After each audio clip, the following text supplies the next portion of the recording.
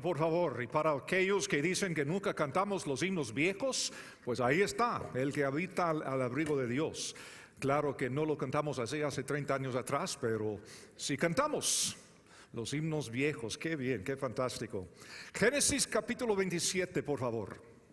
Génesis capítulo 27. Y algunos están pensando, pero eso es lo que estudiamos la vez pasada. Correcto. Pero no escucharon bien, así que vamos a estudiarlo otra vez. No, mentira. La vez pasada regañamos al padre de esta familia tan linda, porque vimos que la familia que tenemos aquí en Génesis capítulo 27, la familia de Isaac, es como muchas familias hoy en día, aún dentro de la iglesia. Una familia con un padre descarriado, una esposa mandona, un hermano manipulador y otro hermano amargo. Así que es como muchas familias el día de hoy. Y la vez pasada criticamos mucho, como digo, a Isaac, el padre, porque es un padre reincidente en este momento de su vida, descarriado. Y decíamos que la bella Rebeca ha llegado a ser una esposa mandona. Así que queremos tratar a todos de igual manera. Así que esta noche es para las mujeres. Cuidado, cuidado. Aquí viene. Así que el estudio esta noche, cómo evitar el ser una esposa mandona. Algo muy importante. Y si su marido está haciendo así, mejor escuchar. Si su esposo es inteligente, no está haciendo así. Está ahí calladito. Pero vamos a ver. Y se le cabe, bien. Si no, bien. Unos consejos prácticos esta noche. Pero una cosa importante tenemos que recordar desde un principio. Aquí estamos hablando de una familia de creyentes. No es una familia de inconversos, ni menos ateos. Porque muchas veces tenemos la idea que no, nosotros somos creyentes, somos cristianos, andamos bien, cuando en realidad nosotros podemos cometer los mismos pecados que cualquiera y sufrir las mismas consecuencias. Así que vamos a ver esta noche lo que está pasando acá, porque todos los que tenemos aquí en esta familia son creyentes. 4 lecciones vamos a ver para no ser una esposa mandona, o podríamos decir una persona mandona, porque los principios, por supuesto, son aplicables a cualquier sexo. Vamos a ver los versículos 1 al 5.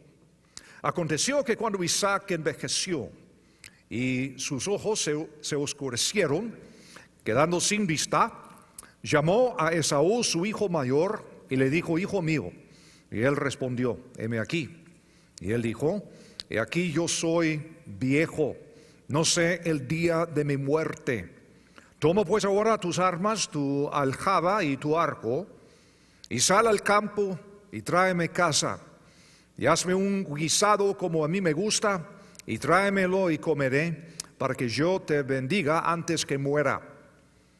Y Rebeca estaba huyendo cuando hablaba Isaac a Esaú, su hijo. Y se fue Esaú al campo para buscar la caza que había de traer. Entonces Rebeca habló a Jacob, su hijo, diciendo: he aquí, yo he oído a tu padre que hablaba con Esaú, tu hermano, diciendo. Y entonces le cuenta la historia y ya arma todo su plan, lo que va a hacer para evitar que Esaú reciba la bendición de su papá. Ahora, primera lección: confíe en que Dios cumplirá lo que Él ha dicho. Y en realidad, ese es el problema básico que tiene Rebeca. No cree lo que Dios ha dicho. Entonces, 2 consejos prácticos aquí, bajo esta lección. No se asuste, ore. Muy básico. ¿Qué sucede con Rebeca? Se asusta. En vez de orar, en vez de confiar en lo que Dios ha dicho. Rebeca estaba asustada al pensar que Esaú recibirá la bendición, porque ella sabe que Dios había prometido la bendición a Jacob, el menor, y no al mayor. Entonces, por eso, naturalmente, podríamos pensar, Rebeca está asustada. Ahora, vamos a ver de nuevo capítulo 25, el versículo 19. Estas son las palabras que recibió Rebeca. Génesis 25, versículo 19. Estos son los descendientes de Isaac, hijo de Abraham. Abraham engendró a Isaac, y era Isaac de 40 años cuando tomó por mujer a Rebeca, hija de Betuel, arameo, de Parán Aram, hermana de Labán arameo. Y oró Isaac a Jehová por su mujer, que era estéril. Y lo aceptó Jehová y concibió Rebeca su mujer. Y los hijos luchaban dentro de ella y dijo, si es así, ¿para qué vivo yo? Y fue a consultar a Jehová. Y le respondió Jehová, 2 naciones hay en tu seno, y 2 pueblos serán divididos desde tus entrañas. El un pueblo será más fuerte que el otro pueblo, y el mayor servirá al menor. ¿Quién dijo esto? Dios. Exactamente. Dios ha dicho, el menor va a recibir la bendición, porque el mayor servirá al menor. Ahora, años después, Isaac está para entregar su bendición de patriarca y está hablando con su hijo mayor, como es la costumbre, como es natural, a Esaú, y le da instrucciones qué hacer para poder recibir su bendición. Rebeca, escuchando esto, piensa de inmediato, no, Dios ha dicho que el menor servirá al mayor, o al menor, el mayor servirá al menor. Entonces, ¿qué hace? Se asusta y comienza a hacer cosas para evitar que Esaú recibiera la bendición, en vez de simplemente creer lo que Dios había dicho. Qué contraste con el carácter de Abraham. Vamos a buscar Romanos capítulo 4, por favor. Un poco extenso y largo el pasaje, pero cabe en esta lección. Capítulo 4 de Romanos, versículo 13.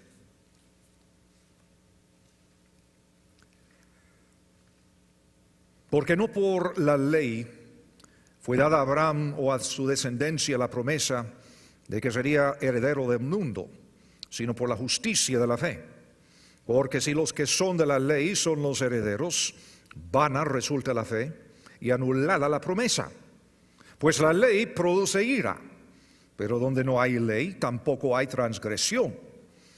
Por tanto es por fe, para que sea por gracia, a fin de que la promesa sea firme para toda su descendencia, no solamente para la que es de la ley, sino también para la que es de la fe de Abraham, el cual es padre de todos nosotros. ¿Cómo está escrito? Te puesto por padre de muchas gentes, delante de Dios a quien creyó, el cual da vida a los muertos y llama las cosas que no son como si fuesen. Qué lindo eso. Llama las cosas que no son como si fuesen. Él creyó en esperanza contra esperanza, para llegar a ser padre de muchas gentes conforme a lo que se le ha dicho. Así será tu descendencia. Y no se debilitó en la fe al considerar su cuerpo, que estaba ya como muerto, siendo de casi 100 años, o la esterilidad de la matriz de Sara. Tampoco dudó por incredulidad de la promesa de Dios, sino que se fortaleció en fe, dando gloria a Dios, plenamente convencido de que era también poderoso para hacer todo lo que había prometido, por lo cual también se le fue contada por justicia. Qué tremendo. Básicamente, ¿qué pasó? Creyó lo que Dios había prometido. Rebeca ha recibido también una promesa. Ahora, en el momento de los momentos, Rebeca ve que supuestamente Esaú va a recibir la bendición. En vez de creer, esperanza contra esperanza y todo eso, ¿qué hace ella? ¿Qué hago? ¿Qué hago para evitar esto? ¿Está viviendo bajo la ley o bajo la gracia? Bajo la ley. Pensando en lo que ella tendría que hacer para cumplir la promesa de Dios. Qué contraste.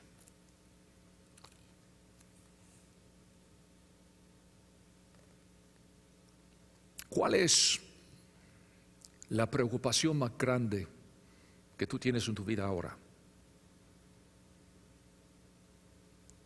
Posiblemente no estás preocupado, pero si andas con alguna preocupación por ahí, ¿cuál es?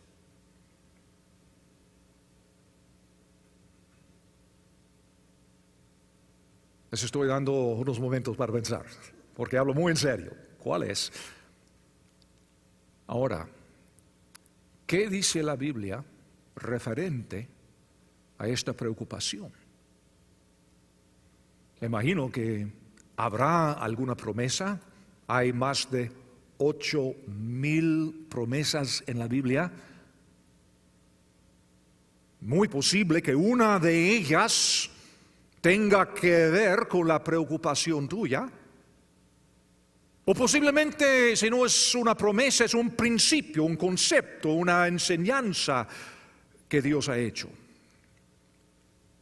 Seguramente, en algún lugar de la Biblia, Dios dice algo sobre la fuente de tu preocupación. Ahora, ¿qué haces? ¿Tienes la actitud de Abraham o de Rebeca? Estas son las dos posibilidades. En Filipenses, capítulo 4, otra vez en el Nuevo Testamento, Filipenses capítulo 4, el versículo 6, 4:6. Por nada estéis afanosos, por nada, salvo las cosas realmente importantes. No, dice, por nada estéis afanosos, si no sean conocidas vuestras peticiones delante de Dios en toda oración y ruego con acción de gracias.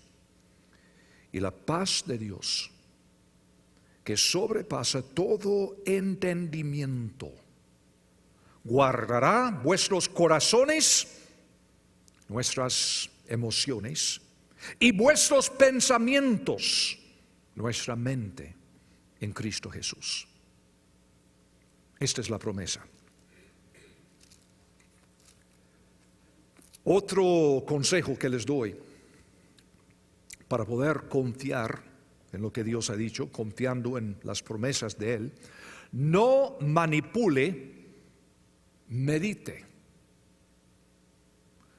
No manipule, medite. En capítulo 27 de Génesis otra vez, ¿qué está haciendo Rebeca? Comenzando en versículo 6. Entonces Rebeca habló a Jacob, su hijo, diciendo: He aquí, yo he oído a tu padre que hablaba con Esaú, tu hermano, diciendo: tráeme caza y hazme un guisado para que coma y te bendiga en presencia de Jehová antes que yo muera. Ahora pues, hijo mío, obedece a mi voz en lo que te mando. Ve ahora al ganado y tráeme de allí 2 buenos cabritos de las cabras, y haré de ellos viandas para tu padre como a él le gusta. Y tú las llevarás a tu padre y comerá para que él te bendiga antes de su muerte. Y Jacob dijo a Rebeca su madre: he aquí Esaú mi hermano es hombre velloso y yo lampiño. Quizá me palpará mi padre y me tendrá por burlador y traeré sobre mí maldición y no bendición. Y su madre respondió: hijo mío, sea sobre mí tu maldición, solamente obedece a mi voz y ve y tráemelos. Entonces él fue, los tomó y los trajo a su madre. Su madre hizo guisados como a su padre le gustaba. Y tomó Rebeca los vestidos de Esaú, su hijo mayor, los preciosos que ella tenía en casa, y vistió a Jacob, su hijo menor, y cubrió sus manos y la parte de su cuello donde no tenía vello, con las pieles de los cabritos, y entregó los guisados en el pan que había preparado en manos de Jacob, su hijo. Manipulando o meditando en las promesas del Señor. Manipulando. Inmediatamente se pone a trabajar para poder ayudar a Dios,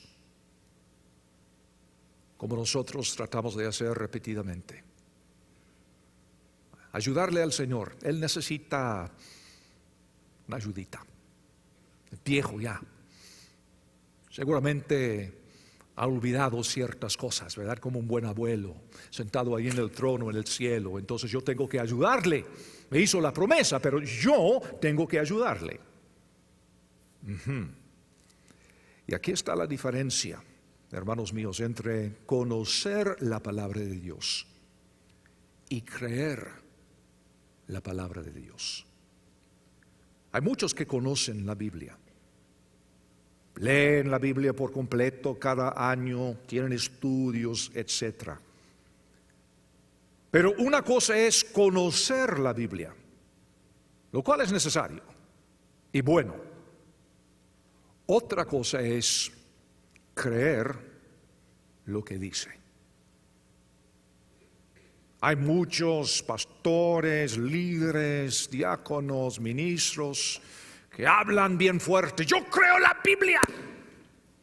El problema es que no creen lo que dice.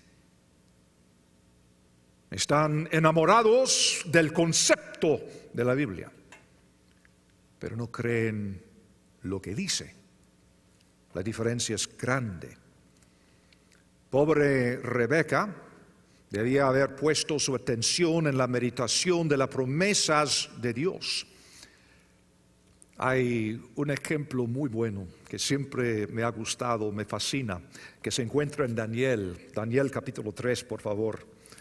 Se trata de los tres amigos de Daniel. Daniel capítulo 3, versículo 13, van a reconocer la historia, por supuesto, todos pueden. Versículo 3, entonces Nabucodonosor dijo con ira y con enojo que trajesen a Sadrach, Mesach y Abednego. Al instante fueron traídos estos varones delante del rey. Habló Nabucodonosor y les dijo: ¿es verdad, Sadrach, Mesach y Abednego, que vosotros no honráis a mi Dios, ni adoráis la estatua de oro que he levantado? Ahora pues estáis dispuestos para que al oír el son de la bocina, de la flauta, del tamboril, del arpa, del salterio, de la zampoña y de todo instrumento de música, os postréis y adoréis la estatua que he hecho? Porque si no la adoréis en la misma hora, seréis echados en medio de un horno de fuego ardiendo. ¿Y qué Dios será aquel que os libre de mis manos? Sadrach, Mesach y Abednego respondieron al rey Nabucodonosor diciendo: no es necesario que te respondamos sobre este asunto. He aquí, nuestro Dios, a quien servimos, puede librarnos del horno de fuego ardiendo, y de tu mano, oh rey, nos librará. Pero lo que me fascina es lo que sigue. Y si no, sepas, oh rey, que no serviremos a tus dioses, ni tampoco adoraremos la estatua que has levantado. Qué tremendo. Esto sí se llama la fe. Oh rey, ni tenemos que pensarlo dos veces. Nuestro Dios es capaz de librarnos de tu mano, de tu horno, de lo que fuera. Claro que Él puede. Y creemos que lo hará. Pero si no, Él siempre es Dios. Y Él tendrá su razón y su propósito. Wow. No hay ninguna manipulación, preocupación, pánico, nada. Una fe completa, que es lo mismo, hablando de Filipenses capítulo 4 otra vez, ya que vimos los versículos 6 y 7 del capítulo 4, seguimos con el versículo 8 de Filipenses 4. Por lo demás, hermanos, todo lo que es verdadero, todo lo honesto, todo lo justo, todo lo puro, todo lo amable, todo lo que es de buen nombre, si hay virtud alguna, si algo digno de alabanza, en esto pensad. Lo que aprendisteis y recibisteis y oísteis y visteis en mí, esto haced, y el Dios de paz estará con vosotros. Rebeca había de pensar, meditar en lo que Dios había dicho. Pero lo que hizo, ella comenzó a manipular. Entonces, primera lección, confiar en que Dios cumplirá lo que Él ha dicho. Segunda lección, confiar en que su esposo, o su esposa, o su padre, o su hijo, o su jefe, o su hermano, o su vecino, o su enemigo, hágalo es correcto, porque Dios está en control. Las actitudes de Rebeca son un contraste con las de Sara. Rebeca no confiaba en que Isaac cumpliera con la palabra de Dios. Dios había dado la promesa. Y tan solo escucha la instrucción de Isaac, está convencida ella que habrá un desastre. Ella tiene que hacer algo. Nunca, jamás se le ocurrió la idea de que posiblemente Isaac podría arrepentirse, o equivocarse, o morir antes del regreso de Esaú, quién sabe. Hay varias opciones, pero no está esperando las opciones, no está esperando el poder soberano de Dios. Sara, al contrario, confiaba que Dios obraría por medio de Abraham, aun cuando Abraham está equivocado. En 1 de Pedro capítulo 3, por favor, 1 de Pedro capítulo 3, versículo 5. Porque así también se ataviaban en otro tiempo aquellas santas mujeres que esperaban en Dios, estando sujetas a sus maridos, como Sara obedecía a Abraham llamándole Señor, de la cual vosotras habéis venido a ser hijas, si hacéis el bien sin temer ninguna amenaza. Abraham se equivocó de vez en cuando. Bueno, vamos a Egipto en vez de confiar en el Señor, y porque eres una mujer muy, muy guapa, si dicen algo, pues vas a decir que eres mi hermana. Equivocado. Entonces, ¿qué hizo Sara? Comenzó a citarle la Biblia. Comenzó a decir el sermón del pastor el domingo pasado. No, confiaba que Dios iba a llevar a cabo su voluntad en la vida de Abraham, aun cuando él estaba equivocado. Y lo hizo. Y por eso ella aparece en 1 de Pedro como modelo, patrón para cualquier mujer en cualquier tiempo. La actitud de Rebeca está en conflicto con la verdad de la sumisión bíblica. Dios siempre trabaja a través de la estructura de la autoridad humana. Yo sé lo que algunos están pensando, pero hermano, en el caso de abuso, que esto, que... Momentito, hay toda una estructura de autoridad. El hogar, la iglesia, el gobierno. Si hay abuso físico, lo que fuera, tenemos un gobierno. Hay leyes, hay derechos, hay protección, hay consejo en la iglesia. Hay personas en la iglesia para darte consejo en momentos de gran conflicto y mucha emoción y todo esto. O sea, no es simplemente callarte. Es confiar en lo que Dios ha establecido. En vez de decir, yo tengo que hacer algo. En vez de confiar en lo que Dios ha puesto en su lugar. Una tercera lección: capacitar a su hijo a hacer el bien. Si no queremos ser una persona mandona, vamos a demostrarlo por capacitar bien a nuestros hijos, enseñándoles por ejemplo y no solamente por palabra. La enseñanza es por ejemplo. Por su ejemplo, Rebeca enseña a Jacob a ser un manipulador y un engañador. El nombre Jacob quiere decir manipulador, engañador. ¿Dónde aprendió esto? De su mamá, de su querida mamá, a quien daba rosas cada día del madre. La misma madre que contribuyó a su carácter carnal. Increíble. Muchas veces en nuestra cultura elevamos a la mamá a un nivel tan alto y hemos de respetar a nuestros padres, por supuesto, no digo eso. Pero la verdad es, hay madres que no merecen ser madres, que arruinan a sus hijos,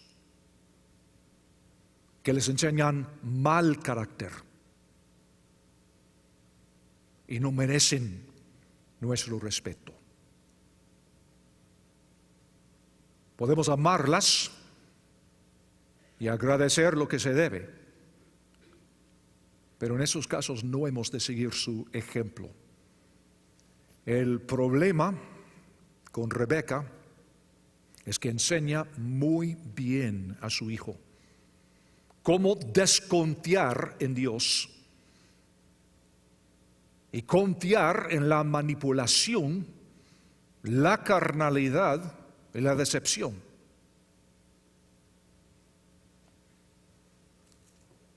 Lo que leímos aquí en los versículos 11 al 13, todo el complot contra Esaú, con el disfrace, con todo esto, ¿qué está enseñando? Ahora, ella puede hablar todo el día de cuánto ama a Dios, puede hablar de cuánto ama las Escrituras, pero ella está siendo su discípulo.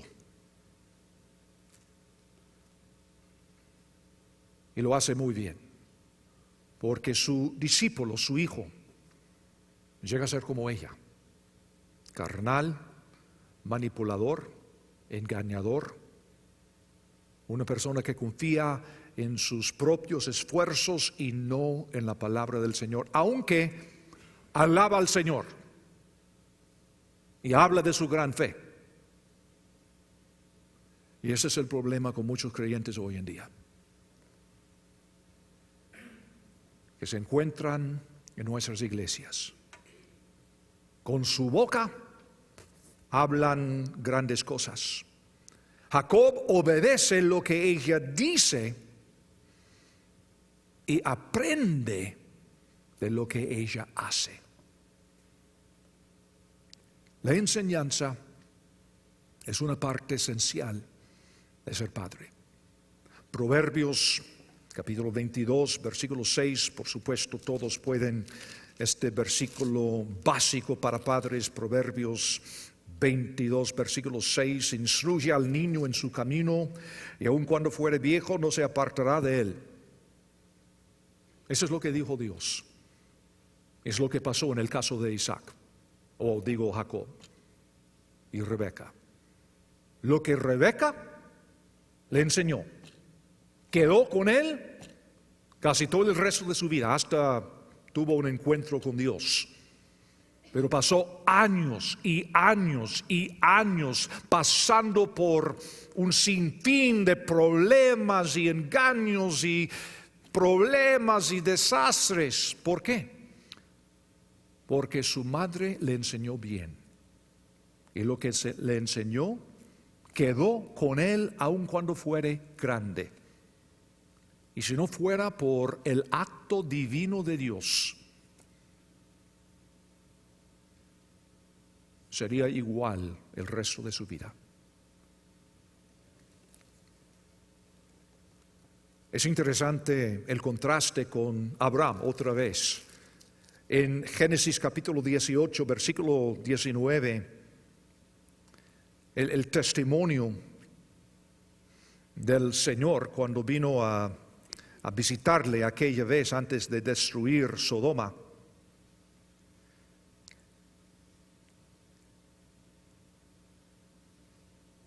Entonces,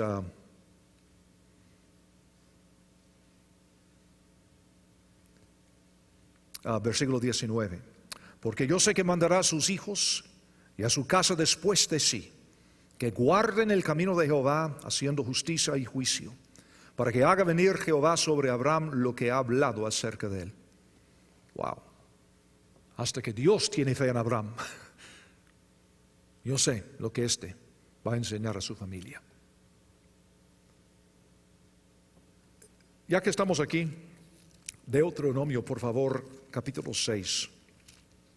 Otro versículo bien conocido, Deuteronomio, capítulo 6, versículo 7. Versículo 6 para tener el contexto. Y estas palabras que yo te mando hoy estarán sobre tu corazón y las repetirás a tus hijos y hablarás de ellas estando en tu casa y andando por el camino y al acostarte y cuando te levantes. Y las atarás como una señal en tu mano y estarán como frontales entre tus ojos y las escribirás en los postes de tu casa y en tus puertas.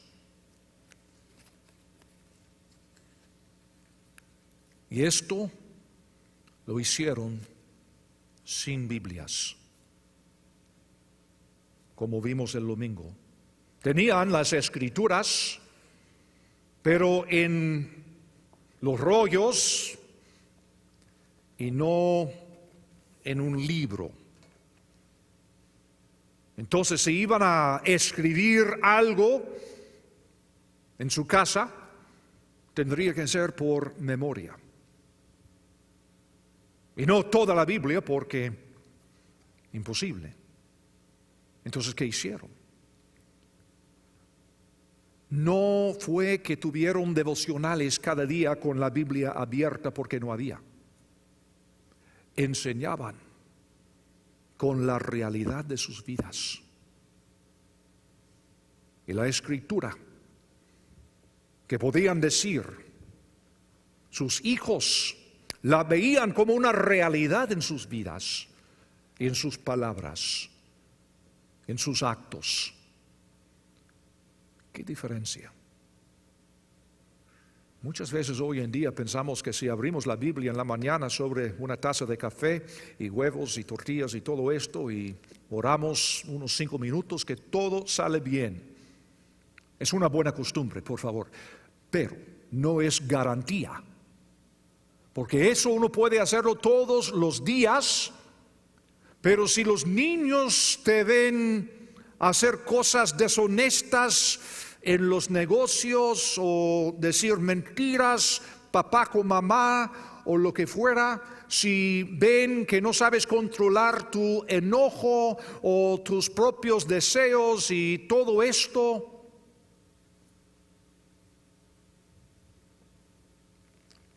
los niños van a aprender por el ejemplo de su vida. En otras palabras, es una garantía. Y Dios los ha hecho de esta forma, porque es algo tan natural. No tienes que trabajar tanto, porque los niños automáticamente van a hacer lo que ven en tu vida. Ahora, por el contrario, enseñarles las Escrituras tampoco es difícil. Porque si vives las Escrituras y es una realidad en tu vida, los niños automáticamente lo que están aprendiendo. Es tan fácil como al contrario. Depende de lo que vivimos. La enseñanza es una parte esencial del discipulado, pero el discipulado, como siempre decimos, no es un programa, no es un curso, no es un libro, es un estilo de vida. Es vivir, es crecer, es vivir las Escrituras en la vida, como vimos hace algunos meses atrás cuando estábamos hablando de las 6 características del discípulo, que son: discípula, congrega, sirve, ofrenda, perdona, sufre y otras cosas más. Tremendo. Ahora, una lección más. Confiar en Dios para refrescar su alma, si no quiere llegar a ser una persona mandona. Ahora, lo voy a repetir y todavía no lo van a entender. Confiar en Dios para refrescar su alma. ¿Por qué? Porque cuando nosotros no tenemos paz en el corazón, cuando nosotros vamos a 100 kilómetros por hora y llegamos a un cansancio increíble y nos salimos de este cansancio, fíjense, el mismo cansancio es capaz de llevarnos a la carnalidad, y la carnalidad nos lleva a ser personas mandonas. Una cosa interesante, vamos otra vez a Génesis capítulo 27, Génesis capítulo 27, versículo 41. Rebeca nos muestra su verdadero carácter. Versículo 41, y aborreció Esaú a Jacob por la bendición con que su padre le había bendecido, y dijo en su corazón: llegarán los días de luto de mi padre, y yo mataré a mi hermano Jacob. Y fueron dichas a Rebeca las palabras de Esaú su hijo mayor, y ella envió y llamó a Jacob su hijo menor, y le dijo: he aquí, Esaú tu hermano se consuela acerca de ti con la idea de matarte. Ahora pues, hijo mío, obedece mi voz, levántate, huye a casa de Labán mi hermano en Harán, y mora con él algunos días hasta que el enojo de tu hermano se mitigue. Otra vez manipulando. Pura telenovela. No hay momento de descanso en la vida de esta mujer. Un problema, otro problema, y manipulando por ahí, manipulando por allá. Pobrecita. Versículo 45. Hasta que se aplaque la ira de tu hermano contra ti y olvide lo que le has hecho, yo enviaré entonces y te traeré de allá. ¿Por qué seré privada de vosotros ambos en un día? Y dijo Rebeca a Isaac. Ahora la luz apagada, acostadas, pensando en el día, pensando en lo que ha pasado entre maridos, dice ella: fastidio tengo de mi vida a causa de las hijas de Ed. Si Jacob toma mujer de las hijas de Ed como estas, de las hijas de esta tierra, ¿para qué quiero la vida? Ya no lo aguanto. ¿Por qué está diciendo esto?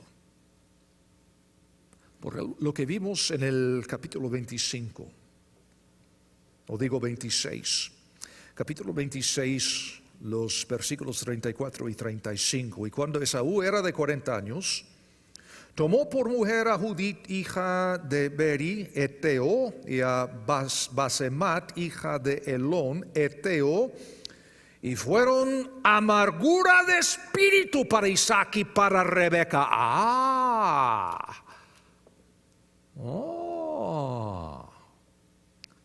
Tres mujeres en la casa. Ajá. Peor, tres mujeres en la cocina. Y dos extranjeras. Que no entienden nuestra comida y nuestras tradiciones y nuestras maneras.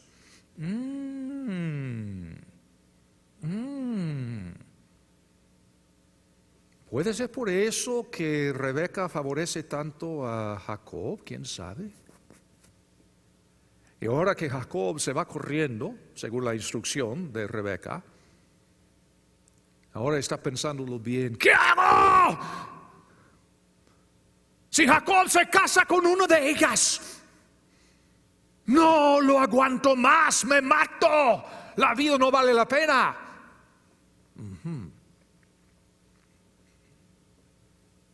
Tremendo.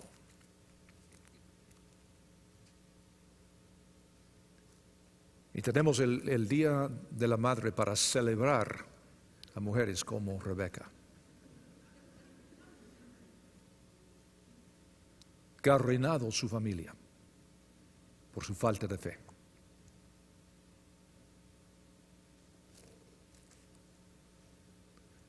La carnalidad de Rebeca fundió su familia y como consecuencia, fíjense bien, ella nunca vivió para ver a sus nietos.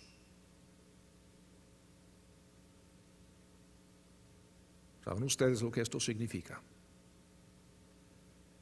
Cuando uno vive en la carne, en vez de vivir en el espíritu, tarde o temprano se funde. Por eso tenemos que entender lo que es refrescar el alma, alimentarnos a nosotros mismos espiritualmente.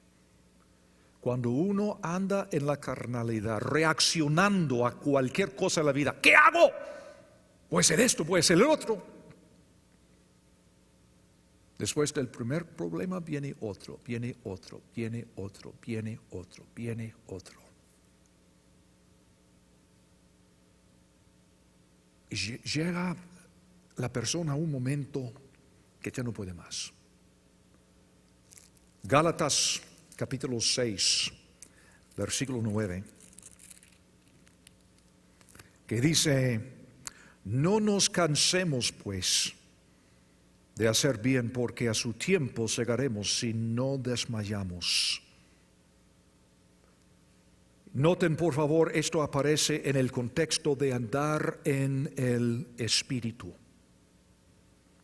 En segunda a los Tesalonicenses, capítulo 3, el versículo 11, Pablo escribió: porque oímos que algunos de entre vosotros andan desordenadamente, no trabajando en nada, sino entremetiéndose en lo ajeno. A los tales mandamos y exhortamos por nuestro Señor Jesucristo, que trabajando sosegadamente coman su propio pan. Y vosotros, hermanos, no os canséis de hacer bien. No os canséis de hacer bien en el contexto de trabajar. Cuando hablamos de refrescar el alma, no estamos hablando de no hacer nada, estamos hablando de aprender lo que es andar en el Espíritu. No es simplemente un descanso físico.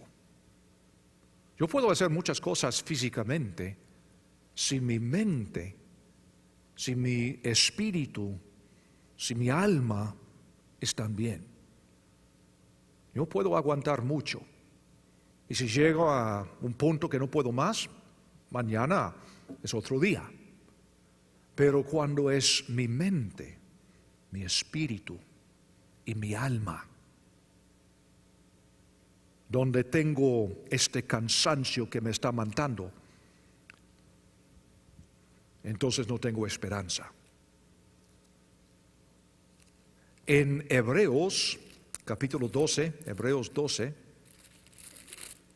dice el versículo primero: Por tanto, nosotros también, teniendo en derredor nuestro tan grande nube de testigos, despojémonos de todo peso y del pecado que nos asedia, y corramos con paciencia la carrera que tenemos por delante, puestos los ojos en Jesús, el autor y consumador de la fe, el cual por el gozo puesto delante de él sufrió la cruz, menospreciando el oprobio, y se sentó a la diestra del trono de Dios. Considerad aquel que sufrió tal contradicción de pecadores contra sí mismo, para que vuestro ánimo no se canse hasta desmayar.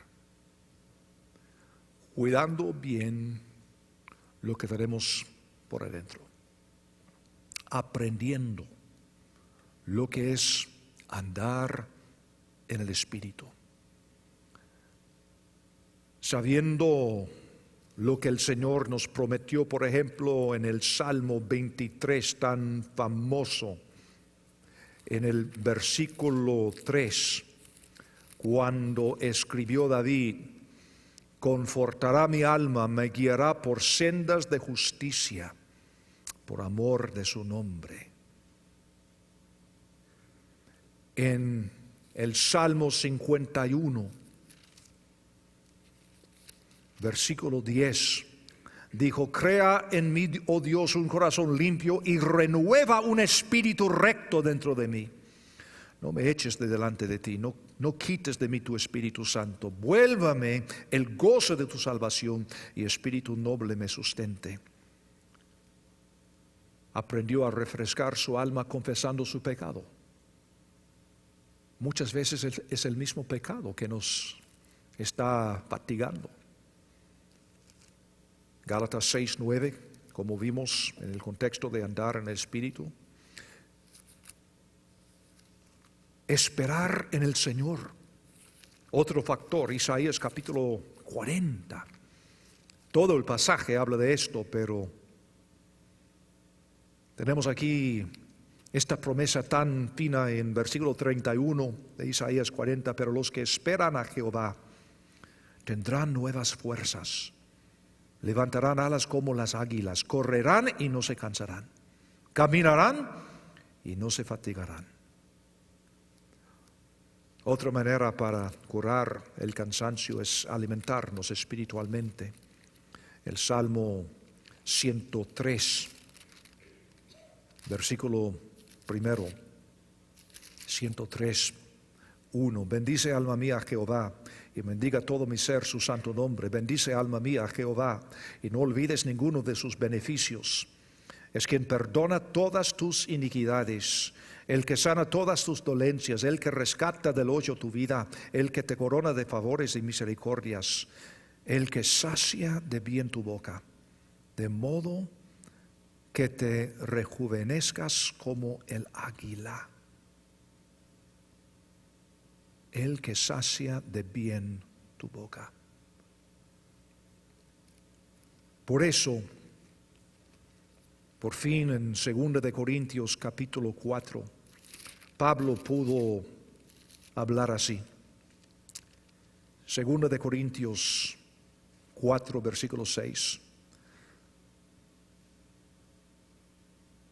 Porque Dios, que mandó que de las tinieblas resplandeciese la luz, es Él que resplandeció nuestros corazones para la iluminación del conocimiento de la gloria de Dios en la faz de Jesucristo.